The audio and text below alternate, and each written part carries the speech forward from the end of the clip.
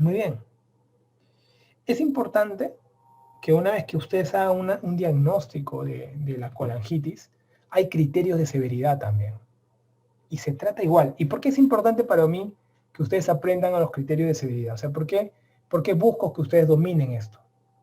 Porque dentro de los criterios de severidad, es importante que ustedes sepan que van a encontrar, ojo, van a encontrar grados. Tienes el grado leve, el grado moderado y el grado severo. Y según eso se va a tratar al paciente. Doctor, ¿y cómo lo saco? No sé más o menos. Es facilito. Mira, el severo. Siempre acuérdense cómo les he enseñado yo.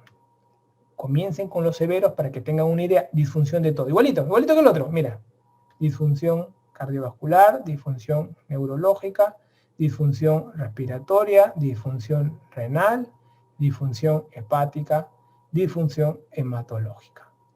Listo, doctor. Cualquier cosa que me pongan con disfunción, yo digo que es severo. Ya, bacán.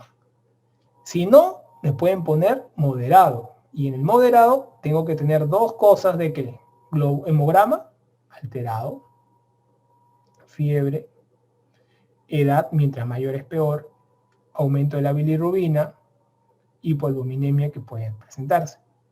Cuando niego todo esto, me quedo con leve. ¿El leve cómo se presenta? El leve es un paciente, así mira, el leve clásicamente en una pregunta de examen es un pata con ictericia que tiene dolor, nada más. Nada más. Doctor, tiene ictericia y dolor. Ah, puede ser una colangitis. Y puede ser una colangitis aguda leve. Puede ser. Puede ser. Doctor, ¿y si es una coledocolitiasis? Puede ser. ¿Te das cuenta? O sea, las coledocolitiasis pueden ir como que por ahí como colangitis aguda leve. Entonces, todas las coledocolitiasis que tú veas, guarda que no vayan a ser unos casos de colangitis aguda leve. ¿Por qué? Porque niegas. Pero si la colangitis que tienes, ya le metes hemograma positivo, ya al toque se volvió moderado. ¿Sí? Si le metes la fiebre, ya le metiste moderado. Pero si tú le hablas de órganos, daños de órganos, te vas a lo severo. ¿Ok? Claro, la fiebre alta ya lo pasa moderado. Lo pasa moderado. De repente, por ejemplo, tienes una ictericia más un dolor. Así viene, mira, ictericia, dolor, y le tomas la temperatura y ya 38. Ah, no, pe mano, mira, está con fiebre aún. Pero tiene 38 nomás. Pero si tú lo ves con 40, 39, ya es un moderado, ¿no? Y aparte los leucos lo acompañan siempre a la fiebre. Siempre, lo vas a ver siempre juntos, siempre juntos, siempre juntos. Entonces, al toque lo sacas. Ya con eso los clasificaste recontra bacán y con esto ya los has ayudado mucho a tus pacientes. ¿Ya? ¿Cómo voy a tratar? El tratamiento nace justamente de esto. Y acá te lo pongo, después ya te lo sabes de memoria. Porque tú eres un maestro del diagnóstico. Una colangitis leve, tú tranquilo, le das su antibiótico porque tienes que cubrir porque ya se infectó la vaina, ¿sí? Le das su antibiótico, tranquilo. Ahora, tienes que drenar esto. Doctor, tengo que drenar, ¿no? Tienes que drenarlo, pero la mayoría de los leves con el antibiótico, la fiebre baja, se compensa, como que se mejora, te da tiempo todavía y le puedes hacer un drenaje un poquito más diferido incluso. Tranquilamente. Incluso hay estudios que ya te presentan manejo ambulatorio de la colangitis leve. ¿Ok? Normalmente le das antibióticos, incluso por vía oral, le das estos patas antibióticos por vía oral, de 7 a 10 días, ¿no? Tranquilo, le das antibióticos, no pasa nada. Ambulatorio lo tratas. No te bloquees, tranquilo, en ambulatorio. Y le dices al pata, ¿no? Mira, vente, que pase los antibióticos, que limpie bien, que tengas un montón de antibióticos en el cuerpo. Y después te hacemos un drenaje, pues, ¿no? De acá una semanita vienes para una CEPRE, ¿no? Tranquilo. Así queda. Lo leve lo manejas tranquilazo. De verdad que muy tranquilo, no te bloquees. Ya hay una tendencia a poder manejar los leves, por ejemplo. ¿Ok? Ahora, si el pata con el antibiótico ha pasado 2 días y no mejora la fiebre, ya no esperes una semana, pues. se puede pasar a moderado, ¿no? O sea, siempre tú le das el chance de 7 a 10 días, de acuerdo a que el paciente en el control, no es que tampoco, chao, ya no te veo hasta una semana, ¿no? No, acá en 48 horas vienes tu hemogramita, todo tranquilo, ¿cómo te va con el antibiótico? No, la verdad que ya no me volví a hacer fiebre, me manejé, estoy amarillo todavía, doctor, por la piedra, seguro que está metida ahí, pero de acá a una semana, como usted me ha dicho, me va a quitar la piedra, ¿no? Claro, tranquilo, sigue con el antibiótico y luego tenemos que sacarle la piedra, ¿no? No pasa nada, ha sido controlado, de repente no ha sido una obstrucción tan importante, es manejable de repente lo que estamos haciendo. Ah, bacán, doctor, que esto, que lo otro. O sea, es muy dinámico, ¿ya? Ya, ese caso no te viene en ningún examen. Los que te vienen en los exámenes son los moderados, donde tú tienes que actuar. Acá, ¿cuál es el objetivo? Antibiótico endovenoso. ¿Ya? Antibiótico endovenoso. Tienes que hidratar. Le metes agua. Y acá tienes que tratarlo de emergencia. O sea, trata de drenarlo dentro de las 24 horas. Drenar dentro de las 24 horas. Porque si no se complica el señor. Antibiótico, endovenoso, todo, de frente mano, drena. Drena. Perfecto, tu dreno, totalmente. Drenalo, hermano, totalmente. No hay forma. Es un paciente que tienes que drenar como sea. Tienes que drenar como sea. Bacán. ¿Cómo dreno, doctor? ¿Cómo se drena? Ya, te voy a enseñar cómo se drena. Primera opción. CEPRE. Si te dan a escoger cualquier colangitis, lo primero que hacemos para drenar es CEPRE. ¿Ya? Nunca te olvides. Segunda opción. Si la CEPRE no es muy buena, no tiene éxito, o sea, si la CEPRE no hay éxito, lo lógico que se te pide en la guía es de que hagas un drenaje guiado por ecoendoscopía. Drenaje por ecoendoscopía. Para que te guíes mejor. ¿Ya? Para que te guíes mejor. Doctor, no hay ecoendoscopía en mi hospital. No tengo, o sea, tengo CEPRE, pero no lo he hecho con éxito y no tengo ecoendoscopía. Entonces, ¿qué debo hacer? Ah, ya, es un drenaje transpercutáneo. Es un drenaje, pum, tomográfico, transhepático, percutáneo. Transhepático, percutáneo. Drenas por URBI, esto lo hace radiología intervencionista. Ah, bacán. Doctor, disculpe, mi hospital no tiene radiólogo intervencionista. Hasta que la pones difícil, compadre, ¿ah? ¿Qué hago, doctor? Tienes que hacer una coledocotomía quirúrgica. O sea, tienes que hacer una exploración de vía biliar, sacar las piedras y dejar un Drenker. Así se hace en ese orden. El drenaje. Perfecto, doctor. Más claro que el agua no hay. ¿Ya? Doctor, ¿y si es severo? Si es severo, no te hagas paltas. El severo no te aguanta ni CEPRE. Estás jodido. ¿Qué haces? Drénalo. ¿Qué dreno? Drenaje percutáneo. Drenaje percutáneo. De frente. ¡Pah! Drenaje percutáneo. Entonces es un drenaje tranquilo. ¿Para qué? Para que el paciente, digamos, a veces no te va a aguantar, ¿no? Está con tremenda colangitis maldita. Entonces tú le vas a hacer un drenaje percutáneo.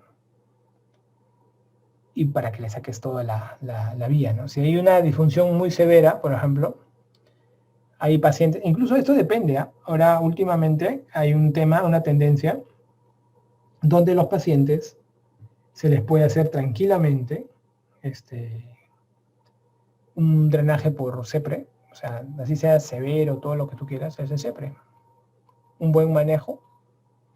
Y ahorita la tendencia es hacer más CEPRE en estos casos, por la habilidad ya que tienen los gastros, a más que drenaje percutáneo, porque a veces el paciente tiene una coagulopatía. Y si tú le metes una punción transhepática puede hacer hematoma. En cambio, si tú lo cortas por dentro, todo sangrado y corte por dentro, tranquilamente va bien. Cuando tú haces una CEPRE, ¿cuáles son los mecanismos de la CEPRE? Acá vamos a mirarlo en la siguiente lámina. cuando tú haces una CEPRE, porque ese es el objetivo principal de crear una CEPRE, ya sabes tú cómo tratar de leve, moderado y severo. Leve, antibiótico a su casa y en una semana tranquilamente le hago CEPRE. CEPRE nuevamente. Moderado, bueno, moderado, el paciente tiene que ser drenado, le doy antibiótico, endovenoso en emergencia, lo dreno, busco el gastro, haga CEPRE. No puedo hacer CEPRE con endoscopía. No me sale con la endoscopía para hacer el drenaje, entonces transhepático. Llama radiología intervencionista interconsulta. No hay radiología, llama cirugía general que le haga una exploración de vías biliares y le ponga un trenquer. Pero que lo drene. Perfecto. Y si está en estado general malazo, dos opciones. Si tienes un gastro de la patada, que te haga la CEPRE el gastro de la patada. Y si no tienes un gastro de la patada, pucha, como alto riesgo, tienes que hacer un drenaje percutáneo. Con alto riesgo lo digo. ¿Por qué? Porque puede ser que tenga un INR prolongado y haga un hematoma hepático. Entonces la CEPRE va a ser muy importante en el manejo de la colangitis aguda, definitivamente. Va a ser muy importante. Ahora, esto es siempre y cuando, la CEPRE es importante siempre y cuando haya cálculo. Pero ¿qué pasa si hay una colangitis aguda por cáncer? Acá, ¿cómo vas a hacer eso? No, lo que tienes que hacer acá es un drenaje percutáneo. ¿Ok? Pero doctor, si tiene coagulopatía y todo, nada, le pasas plasma. Le pasas plasma, lo plasmeas bien y le haces su drenaje. Y le metes, si tiene plaqueta baja, le metes plaquetas también, hermano. Le metes plaqueta, le metes plasma, le metes todo y le metes su drenaje percutáneo por urbi y está con su drenaje biliar externo. Hay dos formas de hacer drenaje biliar. Tenemos el drenaje biliar externo y el drenaje biliar interno. En el drenaje biliar interno, lo que se hace es poner un stent endoscópico cuando hay un tumor que está comprimiendo, y esto lo hace gastro. Y cuando es un drenaje biliar externo, lo que se hace es, se hace una punción y se deja un tubito, y ese tubito, como una bolsa de colostomía, está drenando la bilis, y esto lo hace radiología intervencionista. ¿Correcto? Doctor, ¿y si tengo coledocolitiasis más colangitis, cómo sería el manejo? CEPRE. Le haces una CEPRE y le cortas la papila para sacar las piedras, ¿no? Por eso que acá de elección es el drenaje endoscópico, ¿sí? ¿Qué cosas tienes para hacer? Tienes esta. Tienes la papiloesfinterotomía más stent nasobiliar o la papiloesfinterotomía más stent bilioentérico. La que tú quieras, ¿sí? La que tú quieras. Normalmente usamos esta. El paciente está andando con su sonda por salido por la nariz y se le ha dejado un stent ahí. ¿Por qué le colocan un stent? Porque como cortan a estos pacientes, los cortan y el cortar esa parte sangra. Y como tienen coagulopatía muchos, puede sangrar y es una hemorragia estivalta. Entonces se le coloca un stent como que cubre toda la zona del corte que has metido y luego le colocas un stent para arriba para que bote toda la bilis por la bolsita que sale por el tubito de la nariz. ¿Ok? ¿Qué más? ¿Qué más?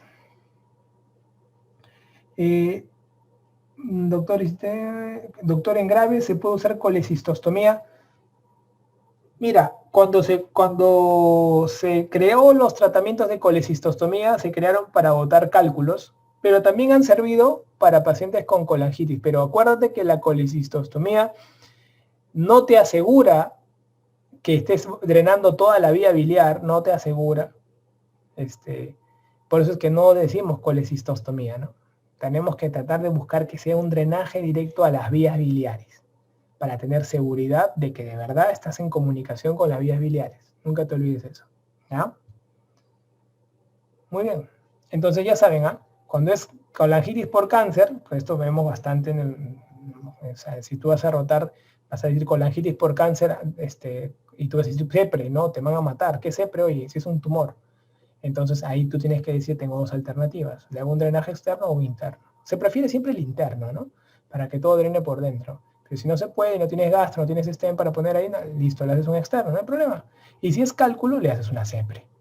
¿Ya? Le haces una CEPRE. Entonces la CEPRE apunta mucho al manejo de la coledocolitiasis, es la reina de la coledocolitiasis y todo esto, ¿no? Entonces eso es muy importante que ustedes manejan, ¿ya? Con eso van a estar súper maestros totales. Cáncer de vesícula biliar. En cáncer de vesícula biliar, ¿Qué cosas quiero que se lleven para la casa? Mira, con solamente estas patologías que hemos visto hoy día, es tu segundo, tú rotas 3 meses cirujano. Entonces, ya estás rotando ya, ¿no? Ya estás imaginándote que estás rotando, ya estás acabando tu rotación, ¿no? Estás a un paso ya del examen que es hernia, ¿no? Entonces, pero vamos a acabar hoy día con cáncer de vesícula biliar y colangiocarcinoma. Y el miércoles en la noche, porque estoy buscando ahorita, pensando en qué momento podemos acabar hernias, porque es un capítulo grande de hernias, para poderlo hacer hernias el miércoles, pero hoy día acabamos esta parte de biliar, porque es grandaza, y sí les toma mucho tiempo entenderlo, ¿no? Porque se dan cuenta que en cirugía hay muchas decisiones, ¿no? No es como otras especialidades, ¿no? Tú lees cualquier otra carrera, otra especialidad, como que leyendo nomás tú puedes sacar lógicas, ¿no? Pero acá no, acá tienes demasiada información y tú tienes que saber cómo se decide esa vaina en el hospital, ¿no? Y eso es lo que hacen que te griten, por eso que son locos y por eso que son medio chiflados, ¿no? Entonces es importante. En el cáncer de vesícula biliar, ustedes tienen que recordar que hablar de cáncer de vesícula es una cosa cáncer de vesícula y una cosa cáncer de vías biliares. Entonces hay que saber diferenciar. El origen del cáncer, nunca se olviden por favor, es en la mucosa de la vía biliar. ¿Ya? El origen es en la mucosa de la vía biliar. Normalmente predomina en mujeres mayores de 70 años, gente mayor, ¿ya? Factor de riesgo. En los factores de riesgo, ¿qué vamos a encontrar? Doctor, acá tienen los factores de riesgo, son los más importantes. Bueno, te cuento algo. Si las piedras son mayor de 3 centímetros, es un factor violento. Violento. ¿Ya? Violento. Incluso, les diría algo. La colelitiasis es el factor de riesgo más común. Es el más común. ¿Ya? Otro, la vesícula de porcelana. Otro monstruo. Estos dos monstruos llévenselo, por favor. Son los dos más importantes en toda la vida. Todo lo demás se pueden olvidar, pero nunca se olviden esto. Vesícula en porcelana y colelitiasis mayor de 3, es de todas maneras. ¿Ya? De todas maneras. ¿Cuál es la clínica? Y eso es lo que a mí me da pena. La clínica. Asintomáticos. Asintomáticos. No da síntomas. Por ahí alguna vez pueden encontrar el famoso signo de Courvoisier-Terrier. ¿Te acuerdas cuál es el signo de Courvoisier-Terrier? Cuando es una vesícula biliar distendida, el paciente tiene ictericia, pero no tiene dolor. ¿No? O sea, hoy mira, tiene ictericia, está distendida la vesícula, palpo la vesícula, pero no le duele. Eso es característico de cáncer de vesícula biliar y de cáncer de cabeza de páncreas. También se ve también ¿cómo se llama? En el calangiocarcinoma. Así que pueden verse en varios casos, ¿no? ¿Cómo me entero yo que tiene esto? En el diagnóstico, en realidad es después de una ColeLab. Después de la ColeLab, los pacientes mandan la vesícula a patología, ¿no? Y patólogo responde en un informe y te dice, ¿no? Cáncer de vesícula biliar, miércoles. Y ahí te pone, después de una ColeLab, y te pone, ¿no? Adenocarcinoma, que es el más frecuente. Adenocarcinoma. Pucha máquina, es el más común. Entonces hay que recordar. Por eso es que ustedes también tienen que tener en cuenta los pólipos. Acá te lo pongo como una cosa así un poquito chiquita, pero lo pongo de otro color, ¿por qué? Porque cuando tú ves piedra más de 3 y porcelana, tú lo sacas al toque, cáncer, pero los pólipos también dan o no dan. Claro. Vamos a hablar un poco de pólipos de vesícula biliar. Los pólipos, en realidad, más o menos son lesiones premalignas, ¿ya? Vas a ver tú siempre piensas que todo pólipo, hasta que no ha sido creado para fregar, son lesiones premalignas. Ahora, si mide más de 1 centímetro, el 50% de estos pacientes que tienen pólipos mayores de 1 pueden terminar en carcinomas. Carcinomas. Es el problema. Por eso que cuando tú tienes un pólipo mayor de 1, lo sacas, porque la probabilidad es alta. Inclusive ustedes van a decir, oye doctor, estamos operando pólipos de 8 milímetros, de 7 milímetros. Ya no importa, no te quejes, o quítale nomás esa vaina. O sea, es mejor que esté afuera que adentro, como se dice. Como hizo Homero Simpson, ¿no? Como hizo Homero Simpson. Entonces, esto es importante, ¿ya? Esto es importante. ¿Y el diagnóstico de un pólipo cómo se hace? Con ecografía. No tiene sombra, y cuando tú lo mueves de posición al paciente, para arriba, para abajo, de costado, todo, no cambia de posición. No cambia de posición. Entonces, eso es un factor importante, ¿no? Para tomar en cuenta, porque eso lo ven ustedes a veces hospitalizan por pólipos a los pacientes. Oye, ¿qué voy a operar por pólipos? ¿Tiene molestia? No, nada. Pero lo sacan porque puede ser un cáncer. ¿Ya? Puede ser un cáncer. Entonces, una vez que ya diagnostican esto, lo malo es que en el tratamiento es la cosa, ¿no? ¿Por qué? Porque si el paciente tiene un carcinoma in situ y se ha hecho un tratamiento prácticamente incidental por una colecistectomía laparoscópica, tú dices, ya, bacán, ¿no? O sea, eso podría ser, ¿no? Ahora, está contraindicado si te diagnostican cáncer de vesícula biliar, no se hace colelap. Todo cáncer de vesícula biliar se opera con cirugía abierta. ¿Ya?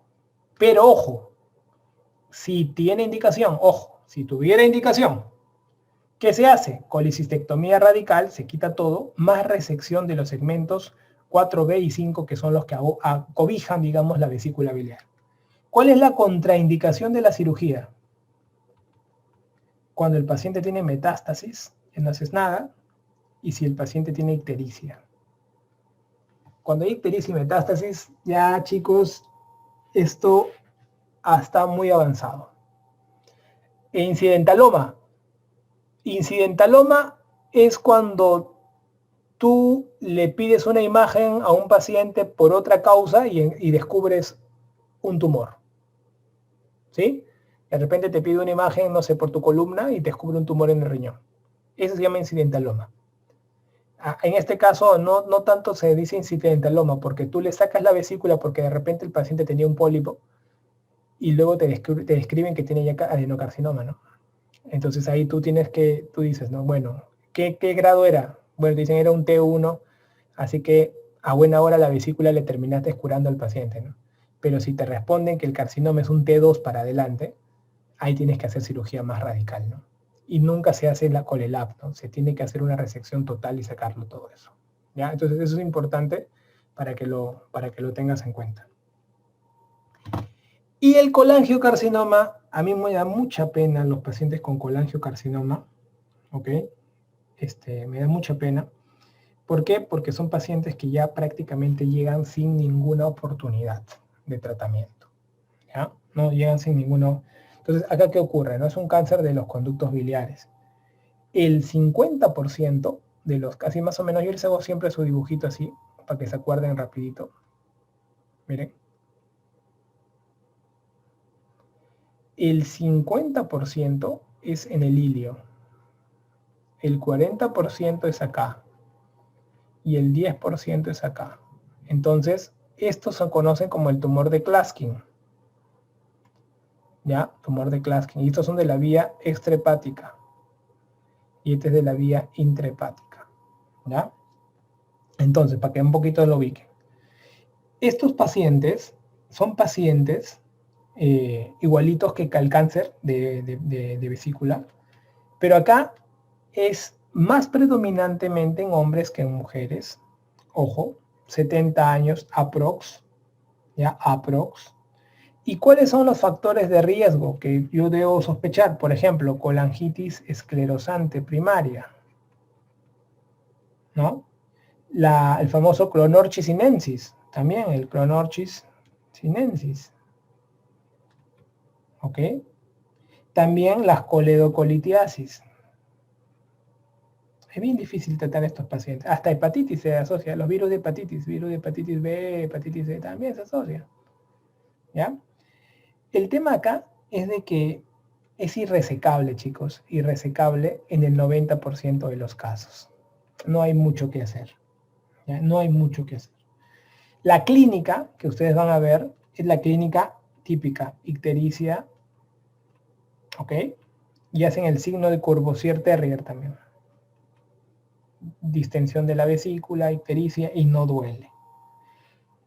Lo más frecuente es que vayan a encontrar adenocarcinoma. ¿Ya? Entonces, miren, el paciente puede tener diferentes formas de ubicación. El Klaskin famoso es el iliar. Es el tumor de Klaskin. ¿Ya?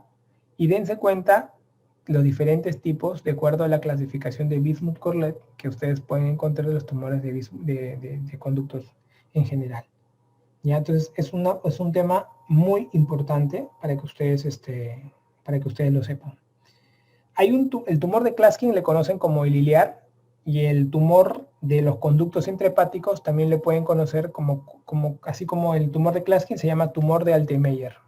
Tumor de Altemeyer. ¿Ya? A los de los tumores intrahepáticos, tumor de Altemeyer. ¿Ya? Entonces, el tratamiento quirúrgico en realidad es difícil. ¿Por qué? Porque ya agarra todo. Entonces nadie opera quirúrgicamente casi un colangiocarcinoma. ¿Ya? ¿Por qué? Porque la metástasis es muy rápida. Entonces ya al paciente prácticamente le quitas toda chance. ¿Ya? Ese es un dato muy importante que quiero que recuerden. Y para poder tener en cuenta también las lesiones de vías biliares, te la dejo de manera muy práctica, para que todo esto de acá, porque ustedes van a ayudar en los colelabs, y van a ayudar y se puede romper un conducto de vía biliar. Miren, si ustedes encuentran una lesión menor del 50% de la circunferencia de la vía biliar, le colocan un dren de Kerr y se acabó el tema. Si ustedes ven que hay una lesión mayor del 50%, tienen que hacer una derivación biliodigestiva. Derivación biliodigestiva. Nunca se olviden, ¿ya? Toda esta clasificación no les van a preguntar nada, esto lo manejamos nosotros como un tema de descripción quirúrgica cuando hay, por un tema legal, pero ustedes recuerden esto, menos del 50% de lesión, dren de Kerr. Más del 50%, derivación biliodigestiva. ¿Y cómo hacen la derivación biliodigestiva? Pues tenemos dos, la hepatoduodenal y la hepatoyeyunal, ¿ya? Hepatoduodenal y hepatoyeyunal. Ojo, ojo, ¿cuándo uso una, cuándo uso otra? ¿Cuál es más simple hacer? La que está cerquita para el duodeno. Entonces, esta es más simple, técnicamente. Esta es más compleja. Ahora, ¿cuál es la que se complica más? Esta. Hace colangitis a repetición.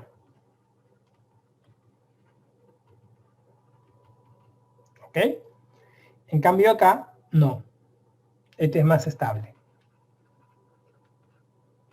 Este es más estable. ¿Ok? Hepatoyeyunal. Es más estable. Entonces, de tal manera de que ustedes van a poder hacer una buena, digamos más compleja, pero más estable. Sí, como una Iderrux, correcto. Todo lo que es yeyuno, cuando vean hepatoyeyunal, todo es Iderrux. Todo es Iderrux. ¿Ya? Todo es Iderrux. Entonces, ejemplo. Si yo tengo un paciente ancianito, ¿qué le hago? A los ancianitos le hacemos algo rapidito nomás, porque no te aguantan. En cambio, si es alguien joven, le hago a alguien así. ¿Por qué? Porque es algo más complejo, pero es más estable con el tiempo, ¿no? Y es una paciente que va a vivir muchos años. Entonces, con esto, suficiente. Si tiene más morbilidad, le hago esto. Si tiene menos morbilidad, le hago esto. ¿Ok? Perfecto. Muy bien, chicos. Hemos acabado toda la parte de hepatobiliar. ¿Ok? ¿En qué momento haces colecistostomía?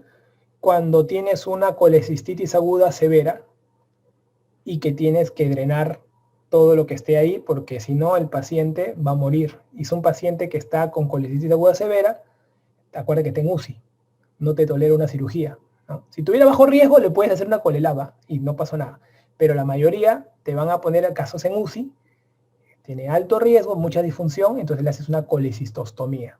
A ellos le haces colecistostomía, ¿ya?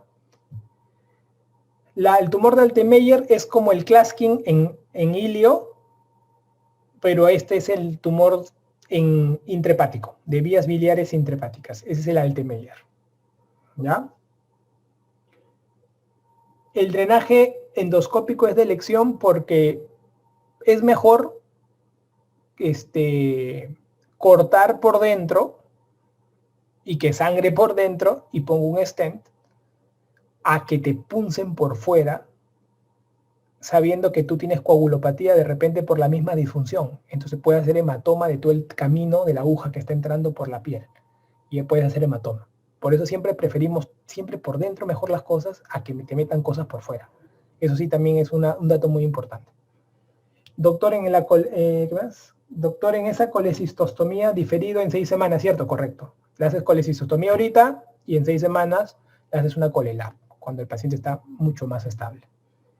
En las clasificaciones de Bismuth, en realidad no tenemos una lesión característica donde tú digas, esta es la que es más frecuente que otra, porque ya casi esto no se usa mucho. Pero las lesiones, digamos, de circunferencia, porque antes, por ejemplo, se tiraban esto, ¿no? Es lo que ustedes han encontrado más, ¿no? Fuga del cístico, ¿no? Era una lesión que se quedaba y uno le describía, ¿no? Luego, las lesiones de ilio, ¿no? También, ¿no? Entonces, hoy, si ustedes ven para estas derivaciones que yo les comento, casi todas son lesiones que ustedes están operando y ven que la bilis está saliendo, ¿no? Oye, ¿dónde salió la bilis? ¿No? ¿Alguien lesionó algo? Se tiraron algo. Se tiraron algo. Entonces, acuérdense que para hacer derivaciones de este tipo, acuérdense, por favor, tienen que ustedes estar hablando de lesiones más grandes. O sea, no están hablando de lesiones císticas, porque si yo tengo una lesión del cístico, me tiré el cístico, no importa, le pongo una grapa y se acabó la vaina. En cambio, si yo tengo una lesión de los hepáticos, ahí guarda, o incluso del colédoco. Las lesiones que más vas a terminar en derivación son lesiones del colédoco. ¿Ya? Colédoco. Tu pregunta iría a colédoco. Doctor, el drenaje a la CEPRE que hace la papiloesfinterotomía, correcto. A eso se refería. Doctor, en cáncer de vesícula, el diagnóstico incidental se trata con colelap o con colecistectomía radical. No, se supone que ya lo sacaste, ¿no? ¿Te das cuenta? Has sacado la vesícula. Entre comillas, lo has curado sin querer. Porque tú curaste el pólipo y te dicen que tiene cáncer y era un T1 de repente. Ya la cirugía ya acabó. Ya le hiciste la cirugía tú. ¿Sí? En cambio, si te dicen que es un T2, nada, tienes que volver a entrar a hacer toda resección de lo que falta. Colangitis aguda, hacia CEPRE, y cuando drenaje endoscópico, el drenaje de CEPRE es el drenaje endoscópico. O sea, tú haces la CEPRE, cortas y haces que drene por dentro. Eso se llama drenaje endoscópico. Doctor, en caso de coledocolitíasis de bajo riesgo, ¿sacó los litos del colédoco en la colelap o simplemente solo retiro la vesícula? En los de bajo riesgo, no. En los de bajo riesgo no tienes, se supone que como es bajo riesgo, al final no tenías piedras en el conducto colédoco, solamente operaste la vesícula. No haces nada más, o sea, no haces exploración, nada, solo quitas la vesícula. ¿Por qué? Porque tú tienes sospecha, tenías ideas, pero al final era de bajo riesgo, o sea, no haces nada más, solo colela pura. Doctor, tomando en cuenta los factores de riesgo para cáncer de vesícula, ¿qué se recomienda hacer cuando se detectan cálculos en pacientes mayores de 70? Si se recomiendan, si tú encuentras cálculos en mayores de 70 y los cálculos no hacen molestias, no le haces nada. No se opera porque están presentes. Solo se operan si tienes más de 3 centímetros en el cálculo o tu pólipo mide más de 1 centímetro. Hay gente que opera los pólipos entre 5 milímetros y 1 centímetro. Eso también ya no pasa nada, lo quitas. Yo te he enseñado que si tienes un familiar con un pólipo de sea 5, 4, 6, bótalo. Es mejor pólipo fuera que adentro. ¿Ok? Antibióticos, tratamos de hacer cobertura un poquito mayor. Ya no nos contentamos con ceftriaxona, no nos contentamos con ciprofloxacino. En las colangitis, como son casos más severos, tratamos de ir a imipenem. Usamos imipenem o piperacilina tazobactam. Meropenem también, claro, imipenem y meropenem, así es. ¿Dónde está? ¿Qué se toma, Paola? ¿Qué se recomienda? Ah, ya lo leía esa parte, ¿no? Mero, doctor, ¿la quimio o radio ayuda en alguno de estos cánceres? En verdad que no. En verdad que no. La quimioterapia ayuda, pero la radio, son tumores, lo malo es que la vía biliar, se dan cuenta hoy día que son malditos. Cáncer y todo lo que es vía biliar son muy agresivos, ¿no? Son bien destructivos y ya están muy avanzados. Entonces al final le haces terapia paliativa. ¿Cómo terminan estos pacientes? Terminan con colangitis a repetición. Entonces, ¿cómo le haces para que tengan calidad de vida? Le pones un drenaje biliar externo y están con su bolsita botando la bilis por afuera, pero tienen una calidad de vida hasta el final con control del dolor, lógicamente paliativo. ¿Ok? Muy bien, chicos. Así es, este es un capítulo importantísimo, así que lo tienen que dominar. Bueno, comenzamos con patología. No, ya no, ya. Estoy cansado. Ya son casi 10 para la 1 de la mañana. Ustedes son unos desgraciados, como aguantan, oye, no se pueden caer. Demonio, decía, esto los voy a hacer dormir al toque. No se han dormido nadie, caramba. Están ahí sentados, ahí. Son lechuceros, estos desgraciados. Ya, no importa. Y eso que yo ayer me he quedado hasta las 4 de la mañana porque me hice un en vivo que me resumí 70 artículos de flashcard de COVID con la gente. Hemos hecho un study with me de las 11, de las 12 hasta las 2 y me he ido hoy día, he visto pacientes y he llegado para darle su clase a ustedes, luego estoy operando. ¿Eh? Hemos operado 2 cazotes complejos y he venido acá y como si nada. Pero ahorita yo dejo de hablar acá, me siento en el sillón. Si me siento en el sillón, me duermo. O sea, me desconectan el enchufe y se acabó la pila, se acabó la vaina. Ya es así, mecánico totalmente. Ya chicos, miren, mañana no creo que pueda porque voy a estar complicado, pero el miércoles en la noche voy a coordinar para volvernos a juntar y para poder acabar este tema, que es un tema buenazo también, y ya puedan matar este capítulo madre gigante, ¿no? Que es un capítulo grandazo para que lo aprovechen al máximo, ¿ya? Ya chicos, cuídense, un fuerte abrazo a todos y ya nos vemos.